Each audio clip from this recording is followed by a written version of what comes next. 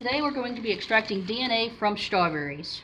We're using strawberries because they are octoploid, so there is a lot of DNA in here, and because they have soft tissues, which makes this whole process a lot easier. The first step is to remove these green sepals from your strawberry. And now, you're going to put your strawberry in your mortar and mash it with your pestle. And you will do this for an entire minute. So you can go.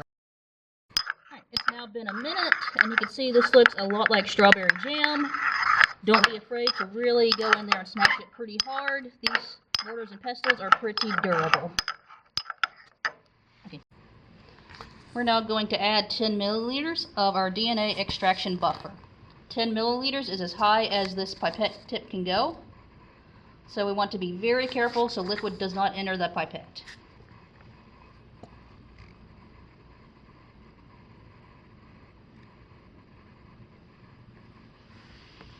Now that your DNA extraction buffer has been added, you're going to mash for another minute.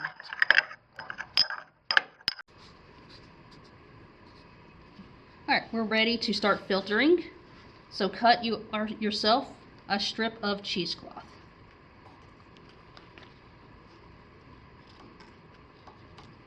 How wide?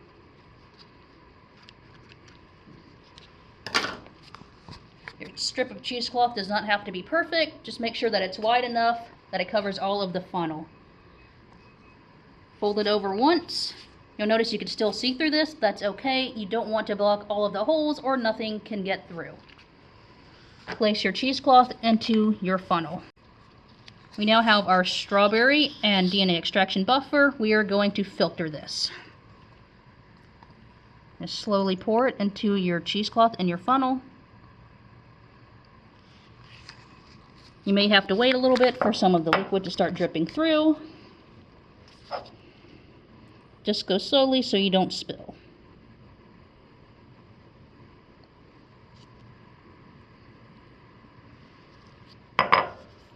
You may need to very gently squeeze this to force the liquid through. This will take about 2 minutes to filter. Right, we now have your filtrate.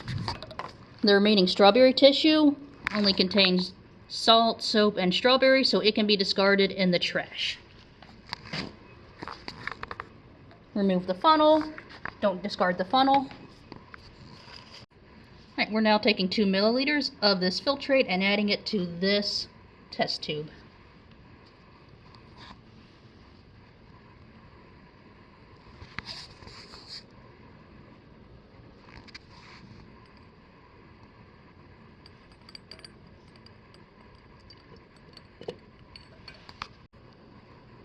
I know it doesn't look like much, but that is plenty. Save the rest of this for now in the case that you need to redo the parts of this experiment later on. So just put that to the side. And note that every single time we're using something different, we want to use a new clean pipette tip. So make sure you're using a new clean pipette tip every time. We're now going to add the ethanol to the test tube. It works best if you can do this at a bit of an angle and do it slowly.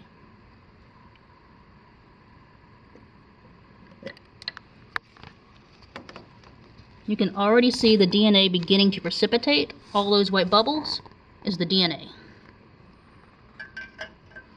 Allow this to sit for 2 minutes. Alright. We now have precipitated DNA. We're going to remove it with this wooden dowel and add it to a clean microcentrifuge tube. It usually sticks to the wood pretty easily, but sometimes you have to work with it a bit.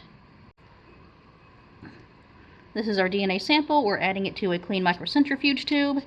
If it's still sticking to the wooden dowel, just use the lid to help scrape it off.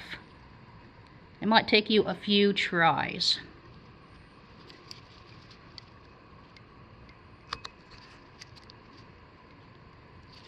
And there we go. We are now going to centrifuge our DNA sample. Whenever you centrifuge, it's important that the centrifuge is balanced, so be sure to put a blank across from your sample if there's not another sample being centrifuged at the same time. This centrifuge only works at one speed and we run it for 1 minute.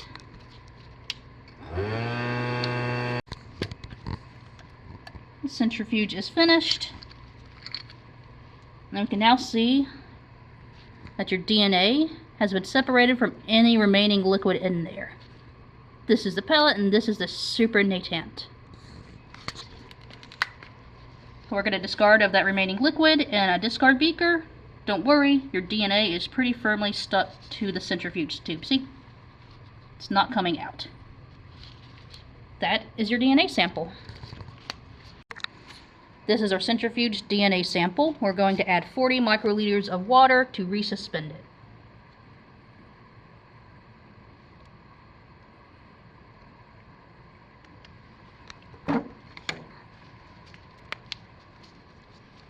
And just shake it.